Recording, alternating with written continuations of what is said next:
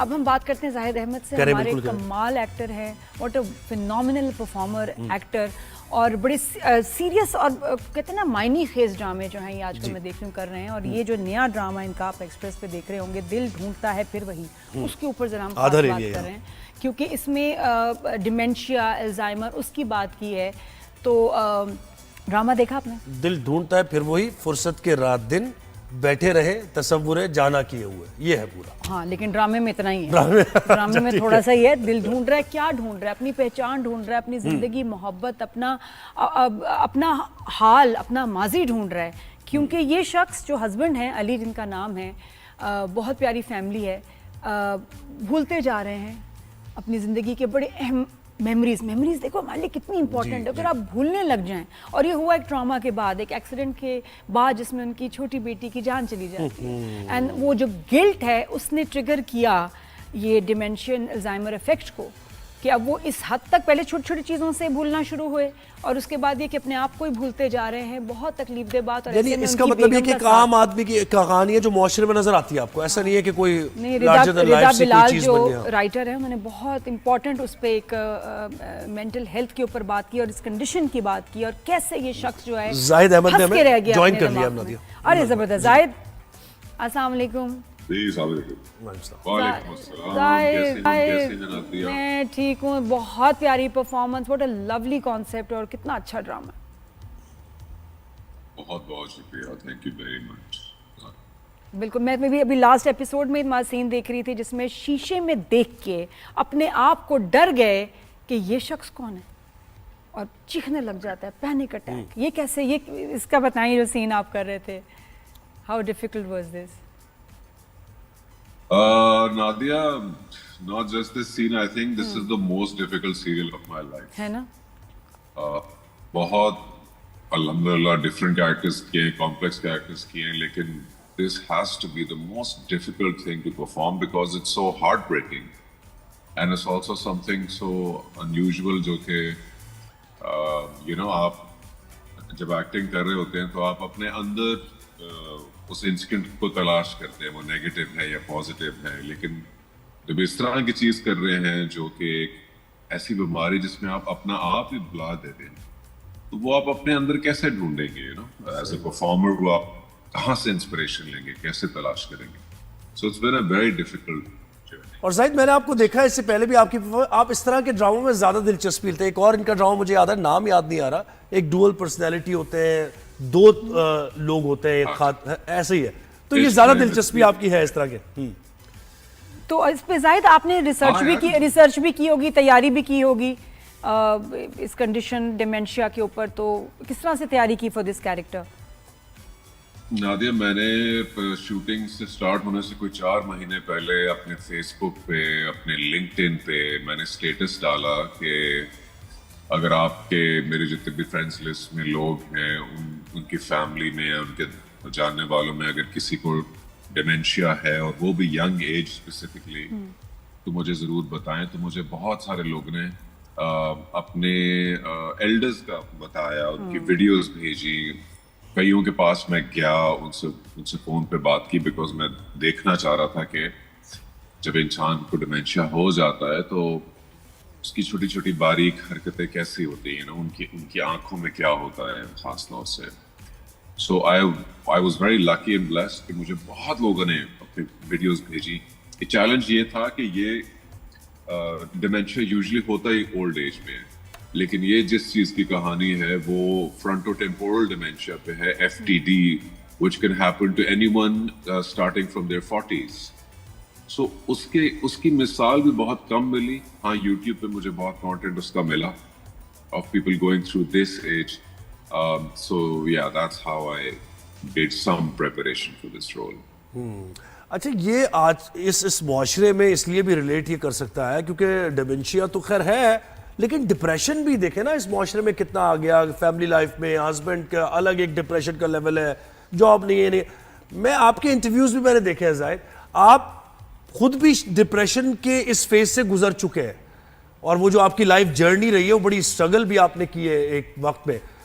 तो यकीनन ये ड्रामा करते हुए वो सारी चीजें भी आपने ज़ाहिर उससे तजुर्बा से फायदा उठाया होगा उससे यकीनन।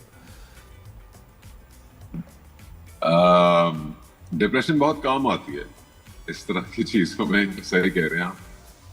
किस जैसे वो कहते हैं ना, जिस शायर में भी सबसे ज्यादा दुख हो उसकी शायरी में नजर आता है वो। सो एक एक्टर की जिंदगी में बिल्कुल सही कह रहे हैं आप, all of these things play a important part. लेकिन डिमेंशिया जैसे आपने शायद इसमें भी देखा हो, ये इसके फादर को भी दिखाया था है। So it's more of a inherited disease. Inheritance में अगर आपके हैं तो चांस बढ़ जाता है, बट यस ओवरऑल स्ट्रेस जो है वो it's a killer for the brain. और किसी इंसान की जिंदगी में अगर इनहेरिटेंस में कोई डिजीज हो भी, लेकिन वो स्ट्रेस लेता है तो वो चीज ट्रिगर उसको ज्यादा करती है। सो या you're right in some respects. He's going through the loss of his daughter. ये हमने पहले एपिसोड में देखा था।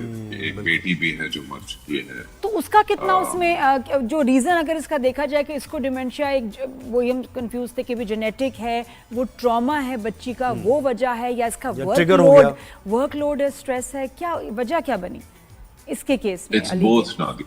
It's both things. It's genetic. It's also being triggered by all these factors.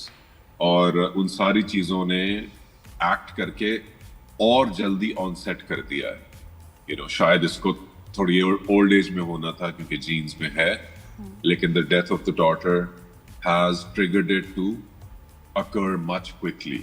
So it's combination of both things. जी, तो ये सारी अच्छा जाहिद मुझे ये बताएं कि कुछ चीज़ें ऐसी होती है ना कि एक्टर की जब हम बात करते हैं तो उसकी ऑब्जर्वेशन की हम बात कर रहे होते हैं कि बहुत अच्छी होनी चाहिए।